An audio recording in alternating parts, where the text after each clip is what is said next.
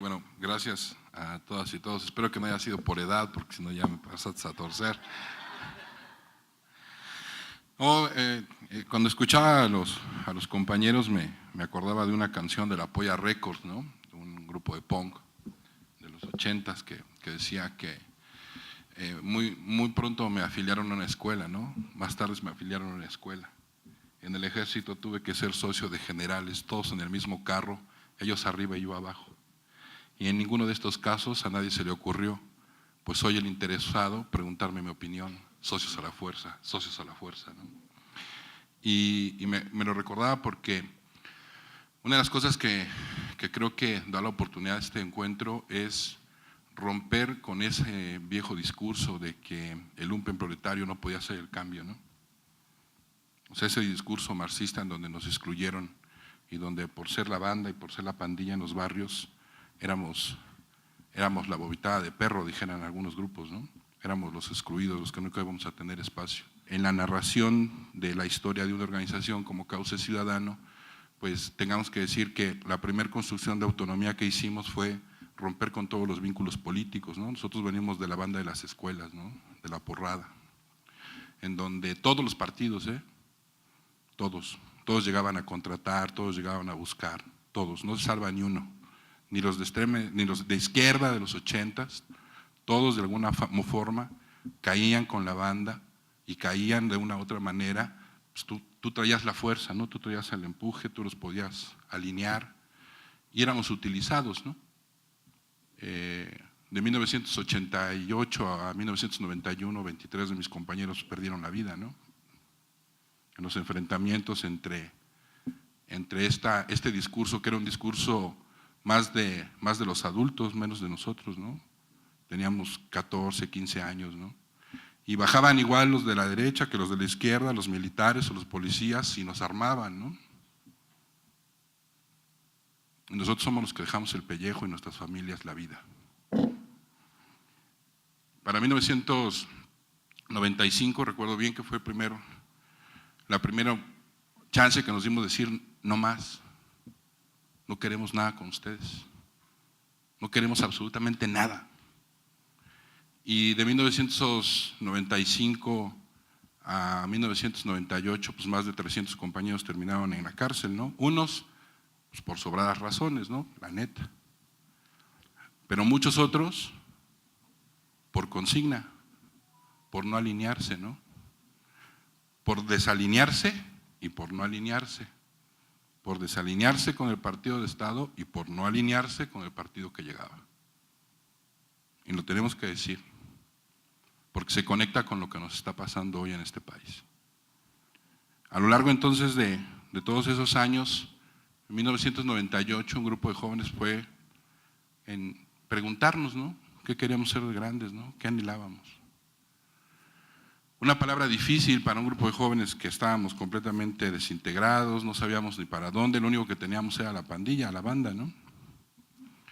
Y una de las cosas más fuertes que pudimos definir en ese momento fue que lo que queríamos era tener un espacio para estar tranquilos.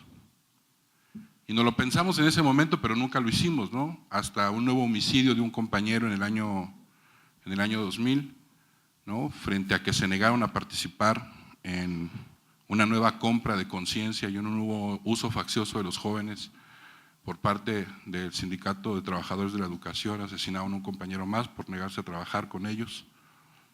Y ahí nació la idea de no responderles a los otros compas, ¿no? Porque cuando fuimos al careo y fuimos a la barandilla nos dimos cuenta que el cuate que estaba clavado por el homicidio tenía una esposa de 16 con un niñito de 6 meses. Dijimos, somos la misma banda la que nos estamos matando, ¿no? Y son los adultos los que quieren que nosotros nos sigamos matando basados en sus intereses. Ahora no puedo decir tanto los adultos porque yo soy un adulto, ya no soy tan joven, ¿no? O más bien ya no soy joven.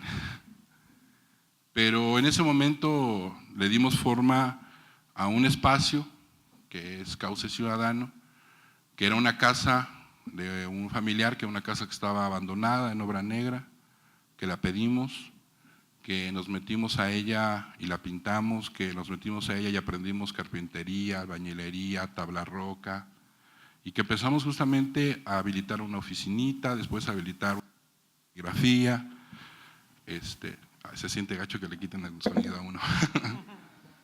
Es que con el escenario se imagina uno cualquier cosa, ¿no? Y bueno, fuimos construyendo esta casa, fuimos construyendo después una línea de discurso muy clara, ¿no?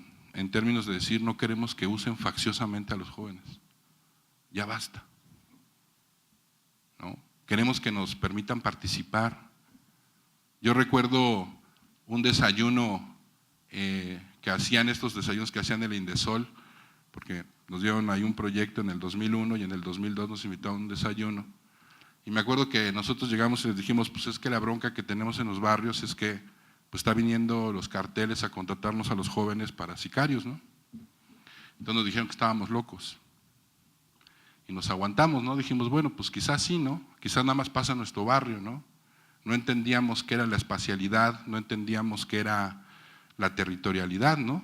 O sea, conocíamos el barrio y el territorio que era nuestro, pero no entendíamos que había otras maneras de dimensionarlo. Y lo más sorprendente es que 6 años después empezó la gente a preguntarnos qué era lo que habíamos dicho 4 años antes, ¿no? Porque empezaba el proceso de descomposición masiva en todo el país. Hemos aprendido durante estos años que más que ese término que todo el mundo dice, tejido social, otro término que se ocupa mucho, que es el de la cohesión social, nosotros le dimos, carajo, hay que hablar de comunidad. Tenemos que recuperar nuestras comunidades, ¿no? Y entonces hicimos un giro, porque nos dimos cuenta que la autonomía que podíamos lograr también era en encontrar ni negro ni blanco, sino ver en colores, como veían nuestros pueblos originarios. Entonces empezamos a leer del buen vivir, después conocimos a los compas aymaras, y ellos nos empezaban a enseñar que veíamos en colores, ¿no? Entonces que teníamos que tener una gran opción de posiciones y una gran responsabilidad frente a eso que era el barrio y que nosotros queríamos que se convirtieran esos barrios en comunidad, ¿no? Y pensar entonces en la vida comunitaria nos llevó a tejernos junto con otros compañeros en otros territorios del país y empezar entonces a pensar de qué manera, con acciones muy concretitas, en donde participando niñas, niños, adolescentes, jóvenes, la pandilla, las mujeres, los adultos, o sea, todos tenían que participar justamente para poder empezar a transformar los barrios y las comunidades en donde hemos participado.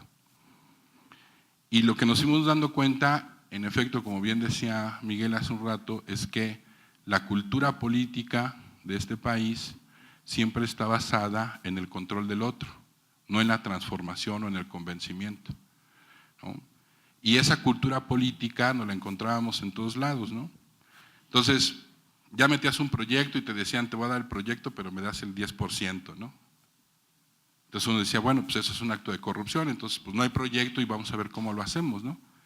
O sea, hay que meterle, nosotros decíamos, pues lo hacemos con los riñones, y alguien decía, nada más no hay que venderlos, ¿no? Entonces hay que entrarle y trabajarle más fuerte, pero también aprendimos otro término de la educación popular, ¿no? Que era empezar a hacer pedagogía política, es decir, cómo encontrábamos a actores que sabíamos que tenían algún grado de integridad y entonces podíamos empezar también a transformarnos, ¿no? Y que se dieran cuenta que nosotros en los territorios no estábamos para hacer campañas políticas, o sea que ya eso había pasado y había costado muchas vidas, ¿no? Y que lo que necesitábamos ahora era abrir espacios en donde los jóvenes se pudieran encontrar, discutir y hacer una propuesta no de liderazgo, sino cómo recuperar a los actores sociales en la comunidad, cómo recuperar esa actoría social que muchos quisieran tener solamente como un fin político y no como un fin en términos de una vida armoniosa, ¿no? Hemos aprendido durante esos años que no porque un gobierno financie una actividad, no tenemos que denunciar las violaciones de derechos humanos que hace ese gobierno en ese territorio. Y aprendimos entonces a convertirnos en defensores, ¿no? Nosotros no sabíamos que era un defensor. Nosotros sabíamos un poquito de derechos humanos, pero no sabíamos realmente que era un defensor de derechos humanos. Hasta que empezamos a darnos cuenta los niveles de violación que teníamos. O sea, pues si te atoraba la tira y te torturaba, decías, pues no hay bronca, pues ya te dejó ir, ¿no? Pues ya ahí quédate, ¿no? Y decíamos, después aprendimos que no. O sea, que eso no solamente no está bien, sino que es una ilegalidad, ¿no? Y que podrán decir estados de derecha, de izquierda, porque hoy trabajamos en donde están todos los partidos y las policías siguen haciendo lo mismo en todos los estados, ¿no? Y siguen haciendo la presión para que cada uno de nosotros cuando participemos, me acuerdo que en algún momento levantaron a 2 compañeros aquí en la Ciudad de México y el mensaje que nos mandaron fue, díganle a Carlos Cruz que se dedique a la escuelita, no que se meta a los derechos, ¿no? O sea, era como el reto, decimos, pues entonces vamos bien porque esos a los que no les gusta que seamos autónomos, que seamos responsables de nuestros actos y hagamos responsable al Estado de lo que pasa, a esos no los van a poder quitar. O sea, no los vamos a poder quitar, pero creo que los podemos transformar. Nos hemos dado cuenta también que en el territorio, para poder generar verdaderamente un ejercicio autonómico, hay que trabajar mucho con los operadores de los gobiernos, es decir, la gente que está ahí en el territorio. Y nos hemos atrevido a trabajar hasta con policías, ¿no? Y a decirles y enseñarles por qué no pueden torturar, por qué no pueden extorsionar a la gente, ¿no? A veces encontramos policías que tienen 18 años y dices, yo soy policía, pero eres joven. Pero soy policía, pero eres joven. O sea, no puedes pensar como un policía viejo. Si nada más cuando nos dicen, pues es que si no pienso como un policía viejo, entonces ya no soy policía, porque lo más seguro es que me excluyan, ¿no?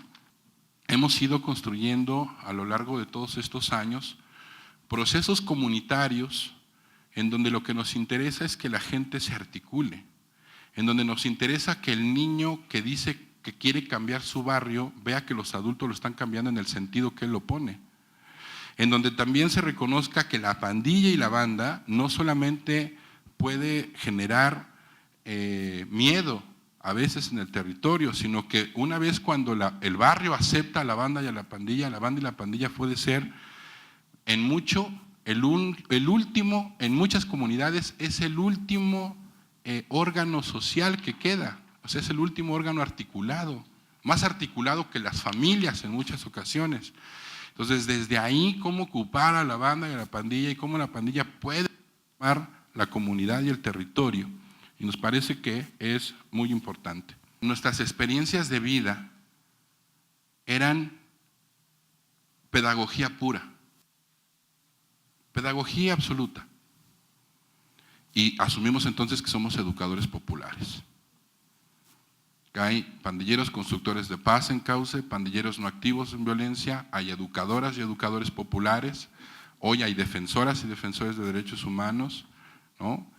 Y asumir estos roles que no tienen que ver con el rol que da la academia, con el rol que da la universidad, sino la herramienta de la universidad transformada en herramientas que a la gente verdaderamente le sirven, es decir, personas que le servimos a la comunidad como tales. Terminaría esta primera parte diciendo que no se puede entender todo lo que podamos hacer autonómicamente.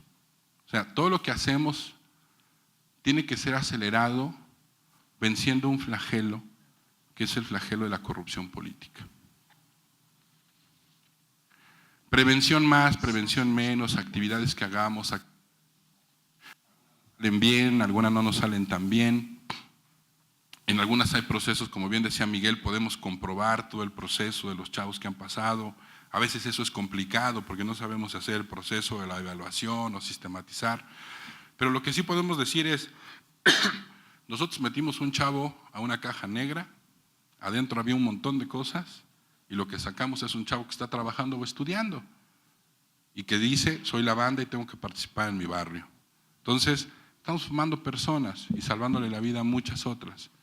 Y en ese sentido, todo lo que yo acabo de decir y lo que ha dicho hace un momento Miguel y lo que anteriormente dijo otro compañero, no se va a dar, no se va a acelerar ni se va a sostener si no logramos vencer la profunda corrupción política, que es la que permite que la mafia y la delincuencia organizada nos contrate a la pandilla, a los niños, porque simplemente los contratan.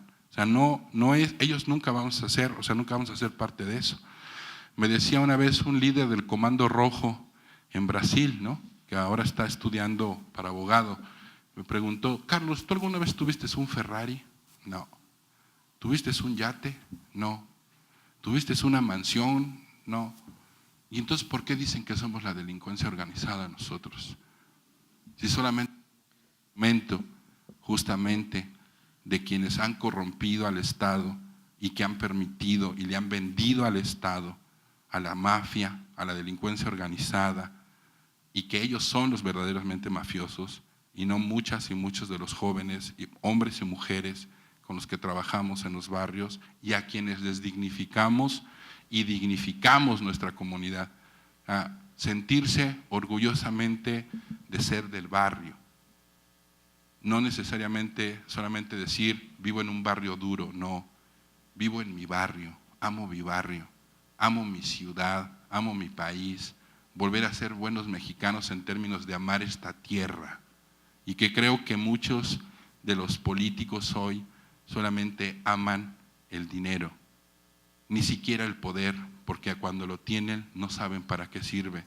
A nosotros lo que nos ha empoderado es las ganas de que nadie más pase por lo que nosotros pasamos.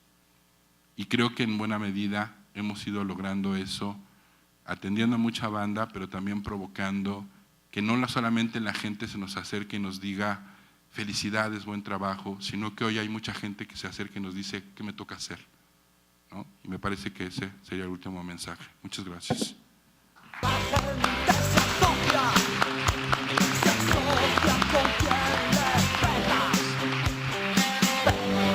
Socios en la fuerza.